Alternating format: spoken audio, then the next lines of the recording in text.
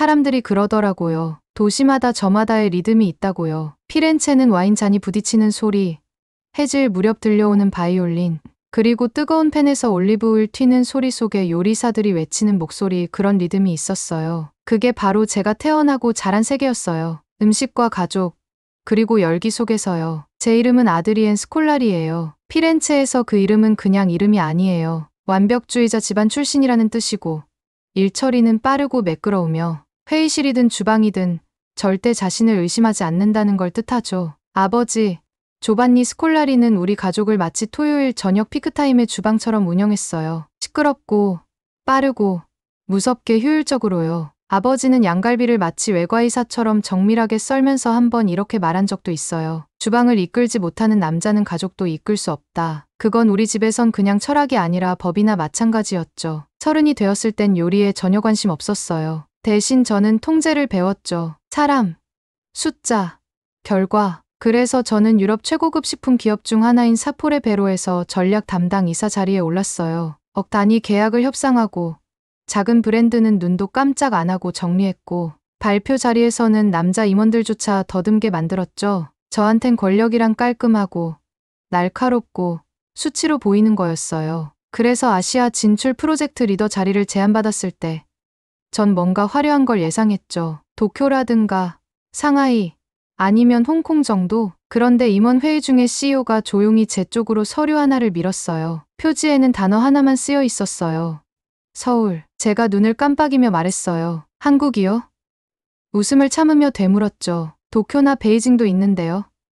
서울은 그냥 맨해튼 따라한 데에 매운 국물 있는 거 아닌가요? 회의실 공기가 싸해졌어요. 풍선이 너무 당겨져서 터지기 직전인 것처럼요. 테이블 건너편에 앉은 CEO는 은발 머리에 평소 수다와는 거리가 먼 사람이에요. 그가 천천히 고개를 들고 담담하게 말했어요. 거긴 세계에서 가장 치열한 식품 시장이야. 서울에서 성공하면 어디서든 성공할 수 있어. 저는 반박하고 싶었어요. 한국은 너무 작고, 유행만 좁고, 우리 브랜드랑은 안 맞는다고 말하고 싶었죠. 그런데 그 사람 말투를 들으니까 이미 결정된 거란 걸 느꼈어요. 그래서 평소 하던 대로 했죠. 미소 지으며 고개 끄덕이고, 속으로 이걸 얼마나 빨리 끝내고 중요한 일로 돌아갈 수 있을지 계산했어요. 회의 끝나고 사무실로 돌아와 문을 닫고 창밖을 바라봤어요. 아르노 강이 부드러운 오후 햇살에 반짝이고 있었죠. 서울이라니, 거기서 날 기다리는 게 대체 뭘까? 그 다음 며칠은 정말 정신없이 흘러갔어요. 비행기 예약, 호텔, 내부 브리핑 뭐든 완벽하게 처리됐죠. 맞춤 슈트 3벌, 하이힐 2켤레, 비상용 드레스 하나, 그리고 기대는 제로. 이건 꿈에 그리던 프로젝트가 아니라 그냥 우회로였어요. 공항에서 비행기를 기다리며 핸드폰으로 한국에 대한 기사들을 스크롤했어요. K-팝, 피부관리, 매운 음식, 로봇 카페, 네온 사인, 공부벌레 학생들 에너지는 느껴졌지만 무서울 정도는 아니었어요. 그땐 그렇게 생각했죠. 탑승 안내가 시작되고 저는 자리에서 일어나 캐리어를 끌며 마지막으로 뒤를 돌아봤어요. 익숙한 모든 것, 피렌체 제가 알고 있는 세상의 작별을 고하면서요. 그리고 비행기 탑승교 위에 발을 올렸어요. 무섭진 않았어요. 그렇다고 궁금하지도 않았고요. 그냥 정해진 일정대로 움직이고 있었을 뿐이에요. 그런데 그 순간 저는 몰랐어요. 이 여정이 잠깐의 경유가 아니라는 걸. 이건 제가 믿고 있던 힘, 사람, 그리고 나라는 존재 자체를 통째로 뒤흔들 폭풍이라는 거요. 인천공항에서 나와서 처음 느낀 건 빛이었어요. 피렌체에서 볼 수 있는 그 따뜻하고 부드러운 황금빛이 아니었어요. 석조 건물 위로 노을이 물들듯 퍼지는 그런 빛이요. 여긴 전혀 달랐어요. 날카롭고 빠르고 전기처럼 쨍한 빛이었죠. 네온 사인들이 마치 서로 대화라도 하는 듯 깜빡거리고 거대한 스크린에서는 제가 모르는 K-팝 스타들, 스킨케어 제품, 최신 전자기기 광고가 쉼없이 바뀌고 있었어요. 저는 캐리어를 가까이 끌어당기고 제 이름이 적힌 작은 팻말에 깔레어를 든 운전기사를 따라갔어요. 그분은 별말 없이 정중하게 인사만 하고 조용히 차 문을 열어주셨어요. 고개를 숙이는 인사 저한테는 처음 있는 일이었어요. 서울 시내로 들어가는 길은 조용했지만 창밖 세상은 마치 기계처럼 바쁘게 돌아가고 있었어요. 차들은 질서 있는 혼돈 속에서 미끄러지듯 움직였고 사람들은 무언가 분명한 목적을 갖고 걷고 있었고 빌딩들은 미래에서 온 것처럼 생겼더라고요. 도착한 아파트는 깔끔하고 미니멀하고 차가운 느낌이었어요. 온통 하얀 벽에 딱 떨어지는 직선들. 마치 쇼룸 같았죠. 피렌체에 있던 요리책이 가득 꽂혀있던 따뜻하고 어질러진 제 집이 생각났어요. 물론 그 요리책들은 거의 펼쳐본 적 없었지만요. 시차는 다음날 아침. 첫 브리핑 바로 직전에 확 몰려왔어요. 전 당연히 일찍 도착했죠. 긴 회의실 테이블 맨 앞자리에 앉아서 싱거운 호텔 커피를 마시며 현지 시장 보고서를 훑어보고 있었어요. 정확히 오전 9시 문이 열리고 한 남자가 들어왔어요. 날씬한 체격의 네이비 정장, 검은 테테 안경, 단정하게 가른 머리, 전형적인 도서관 사서 같은 느낌이었어요. 제가 예상한 강철 같은 전략가랑은 완전 달랐죠. 콜라리 이사님. 부드럽고 단정한 목소리로 인사하더니 고개를 숙였어요. 물류와 시장 분석을 도와드릴 정민우입니다. 저는 자리에서 일어나 고개를 끄덕이고 악수를 청했어요. 그럼 바로 시작하죠. 그 다음 1시간 동안 저는 마치 총알처럼 아이디어를 쏟아냈어요. 트렌디한 거리에서의 팝업 레스토랑, 이탈리안 코리안, 퓨전 레시피와 미디어 연계, 인플루언서, 대상 VIP 시식 행사까지. 화이트보드에 화살표랑 박스, 느낌표로 가득한 간단한 실행 계획도 그려 넣었죠. 민우 씨는 말 한마디 안 했어요. 심지어 눈썹도 안 움직이더라고요. 그저 조용히 바라보고만 있었어요. 처음엔 혹시 못 알아듣는 건가 싶었어요. 그래서 질문 있으세요? 하고 물었는데 대답은 이랬어요. 아직은 없습니다. 아직은 뭐지? 그날 오후엔 현지 파트너들과의 첫 미팅이 있었어요. 한국에서 손꼽히는 식품 유통사의 임원 3분이 오셨는데 다들 굉장히 근엄한 인상이셨어요. 전 준비가 되어 있었죠. 제일 좋은 정장에 자신감 넘치는 하이힐, 그리고 수백억 계약도 따냈던 미소까지 장착하고요. 자리에 앉자마자 바로 말문을 열었어요. 상상해보세요. 살짝 걷는 동작까지 섞으며 얘기했어요. 유럽의 섬세한 풍미가 한국의 대담한 양념을 만납니다. 이건 단순히 음식을 파는 게 아니에요. 문화의 대화를 여는 거예요. 브랜딩, 가격 전략, 확장 일정까지 전부 설명했어요. 손동작도 크고 말도 빨랐죠. 이탈리아 셰프들이랑 일하면 얼마나 힘든지 아시죠? 이런 농담도 곁들였고요. 그분들이 웃어주시길 기대하면서요. 근데 웃지 않으셨어요. 그냥 고개를 끄덕이시긴 했는데 아주 가끔 정중하게. 민우 씨는 그 회의 내내 단 한마디도 안 했어요. 회의실에서 나오자마자 저는 속이 부글부글했어요. 웃고 끄덕이기만 할 거면 그냥 집에 계시지 그랬어요? 하고 쳐다보지도 않고 말했죠. 그런데 민우 씨가 걸음을 멈췄어요. 저도 결국 그를 바라봤고요. 관계를 관찰하고 있었습니다. 조용히 말했어요. 한국에서는 첫 회의에서 타인을 쉽게 끊거나 반박하지 않습니다. 특히 처음 보는 사람들과는요. 여기서는 영향력이란 게 시끄럽게 드러나는 게 아니에요. 조용한 곳에서 쌓아가는 겁니다. 제가 눈을 깜빡였어요. 비효율적인데요. 그는 아주 살짝 웃더니 이렇게 말했어요. 귀를 쓸 줄 안다면 그리 비효율적이진 않습니다. 그날 밤 조용한 제 아파트로 돌아와 레드와인 한 잔을 따랐어요. 창밖에는 여전히 수많은 불빛이 움직이고 있었어요. 깜빡이는 간판, 고개를 푹 숙이고 빠르게 걷는 작은 사람들, 절대 잠들지 않는 거리들. 아까 회의 장면이 자꾸 떠올랐어요. 한국 임원분들은 분명 거절하지 않으셨어요. 하지만 그렇다고 찬성도 안 하셨어요. 그저 조용히 들으셨을 뿐이에요. 그리고 민우 씨도요. 솔직히 인정하긴 싫었지만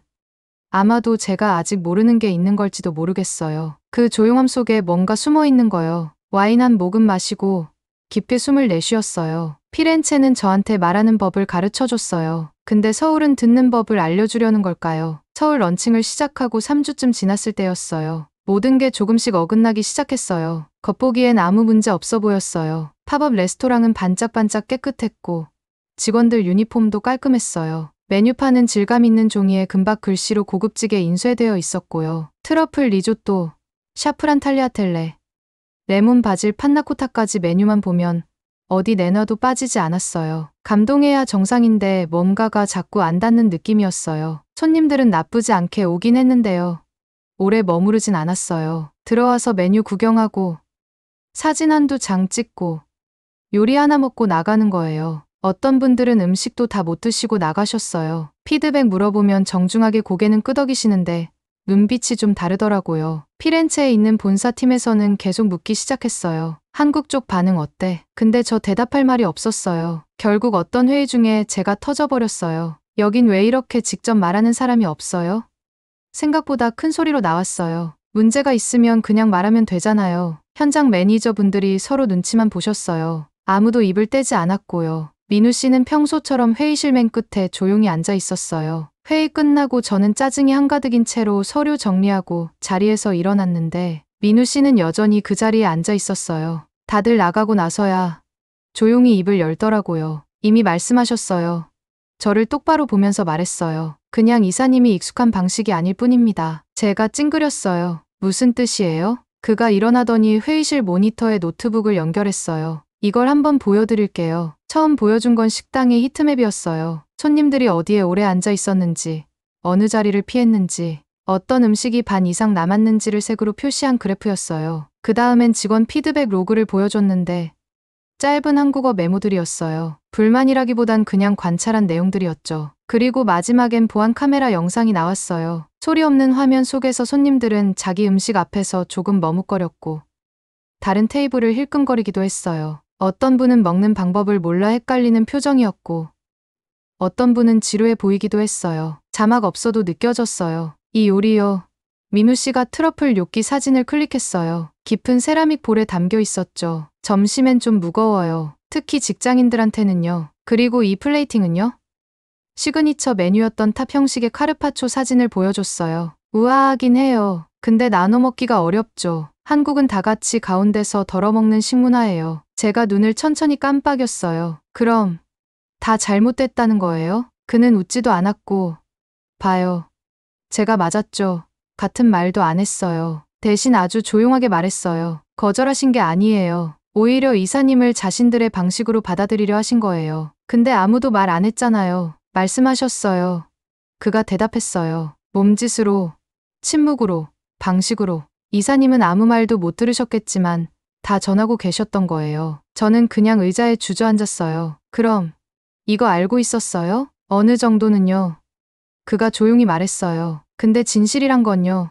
때를 타요. 제가 너무 일찍 말했으면 이사님은 그걸 비난처럼 느끼셨을 거예요. 스스로 보시고 느끼셔야 했어요. 그날 밤 원래 있던 저녁 약속도 취소했어요. 대신 호텔 뒤쪽 골목에 있는 작은 식당에 들어갔어요. 영어 메뉴도 없고 포크도 없고 금속 젓가락만 있었어요. 주방 뒤에서 일하시던 아줌마가 웃으면서 끓고 있는 빨간 찌개를 가리키며 뭔가를 말씀하셨는데 무슨 말인지는 못 알아들었어요. 그냥 고개를 끄덕였어요. 그리고 그릇이 나왔어요. 불타는 듯한 빨간 국물 속에 두부, 야채, 뭔가 알 수 없는 게 보글보글 끓고 있었어요. 나중에야 알았죠.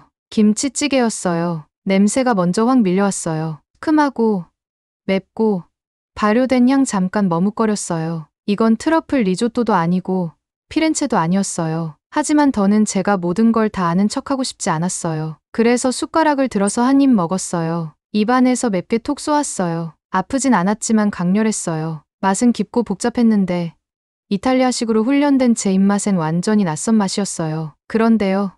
이상한 일이 일어났어요. 눈물이 났어요. 맵게 매워서 그런 게 아니라요. 더 깊은 데서 올라오는 감정이었어요. 뭐라고 딱 설명할 순 없었는데 제가 울고 있었던 건 아마도 처음으로 제가 뭔가를 방어할 수 없었던 순간이었기 때문인 것 같아요. 똑똑한 말도 전략도 이길 논리도 없었어요. 그냥 겸손함만 남았어요. 김이 모락모락 나는 그 작은 식당에 혼자 앉아있는데 제 자존심을 무너뜨리는 진실이 하나 떠올랐어요. 내 방식이 항상 옳은 건 아니구나. 그리고 그게 괜찮을 수도 있겠구나. 그건 민우 씨의 제안이었어요. 인사동 한번 가보세요.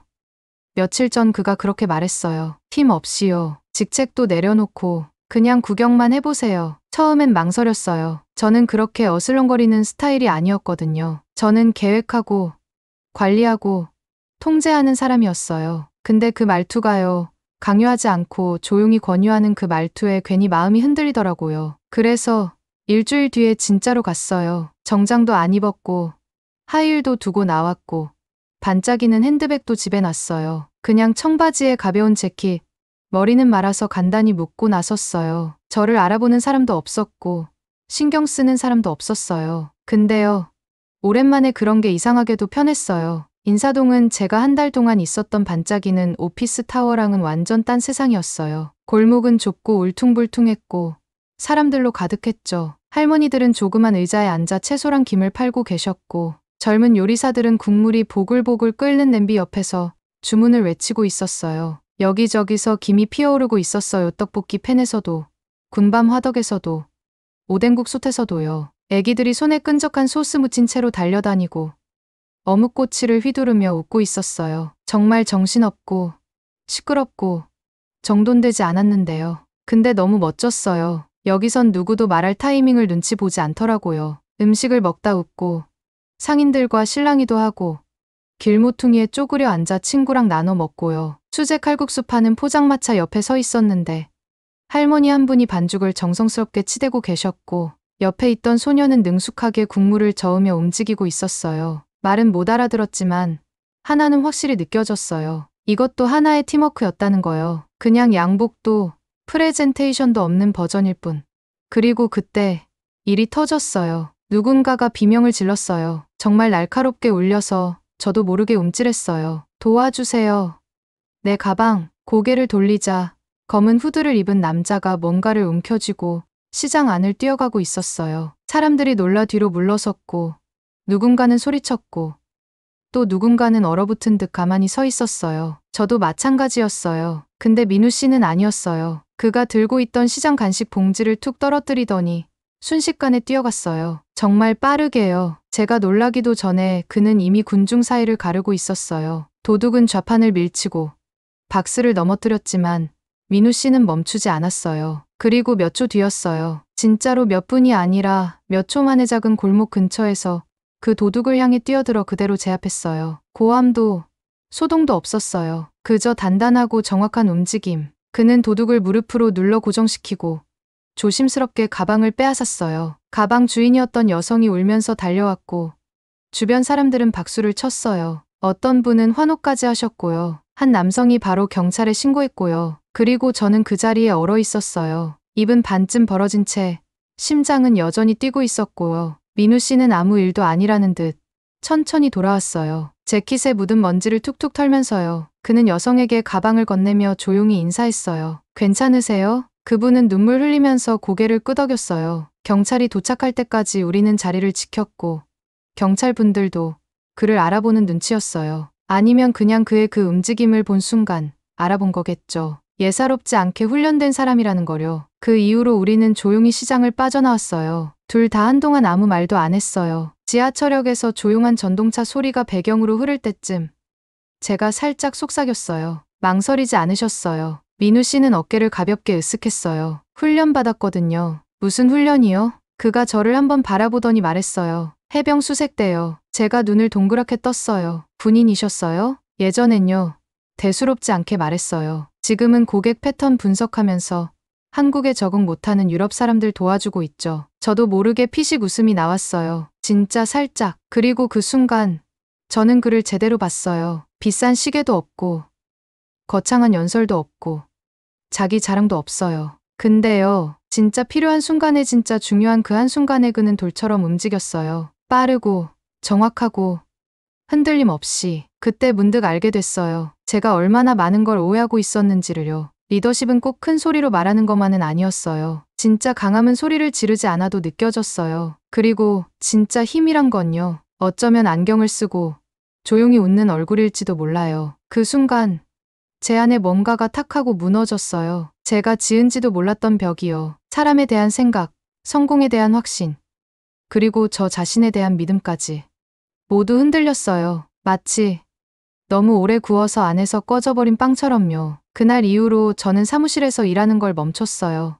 유리로 된 벽, 반짝이는 책상, 수입 커피 머신 그 모든 게 갑자기 너무 멀게 느껴졌어요. 진짜 중요한 것들과는 동떨어진 공간처럼요. 그래서 노트북이랑 노트를 들고 밖으로 나갔어요. 삐걱거리는 마룻바닥이 있는 한옥 찻집, 학생들로 북적이는 지하철역 안 카페, 김이 모락모락, 나는 찐빵 트럭 앞 쿵쾅대는 케이팝 노래가 흘러나오는 포장마차까지 사람들이 어떻게 주문하는지 들었고 어떻게 먹는지 지켜봤어요. 어떤 맛에 미소를 짓는지, 어떤 음식 앞에선 잠깐 멈칫하는지도요. 그 모든 순간마다 민우 씨가 함께 있었어요. 이제 그는 단순한 실무 파트너가 아니었어요. 저한테 문화의 길잡이가 되어줬어요. 늘 제 앞에 있었지만 제가 조용히 눈을 돌릴 때까지 기다려준 세상 속으로 데려다준 사람이요. 그가 알려준 것들은요.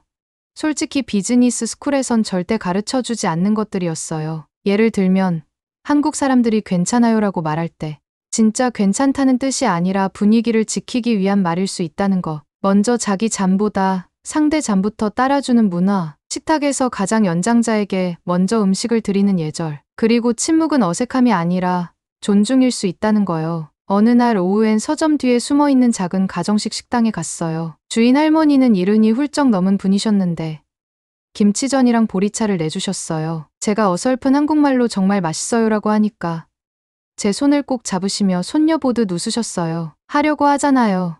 그러시더라고요. 그거면 됐지. 그날 민우 씨가 나중에 조용히 말해줬어요. 한국에선요. 외국인한테 완벽함을 기대하진 않아요. 대신 노력은 꼭 봐요. 그 말이 자꾸 마음에 남았어요. 노력, 지배력도 아니고 천재성도 아니고 그냥 노력. 그 단어 하나가 제 마음 어디 깊은 데를 톡하고 건드렸어요. 밤이 되면 민우 씨랑 나란히 앉아 새로운 발표 자료를 만들었어요. 이번에는 화려한 퓨전 용어나 공격적인 마케팅 단어는 싹 뺐어요. 대신 균형, 따뜻함, 연결이라는 키워드에 집중했어요. 셀럽 런칭 행사 대신 홍대에서 조그마한 커뮤니티 시식회를 열기로 했고요. 정통 이탈리아 미식 코스보단 김치 리조또, 간장 버섯 라자냐, 투스칸 비프 쌈밥 같은 실험적인 하이브리드 메뉴들을 만들었어요. 그랬더니요. 정말 통했어요. 제가 변할수록 사람들의 반응도 달라졌어요. 박수갈채 같은 건 없었지만요.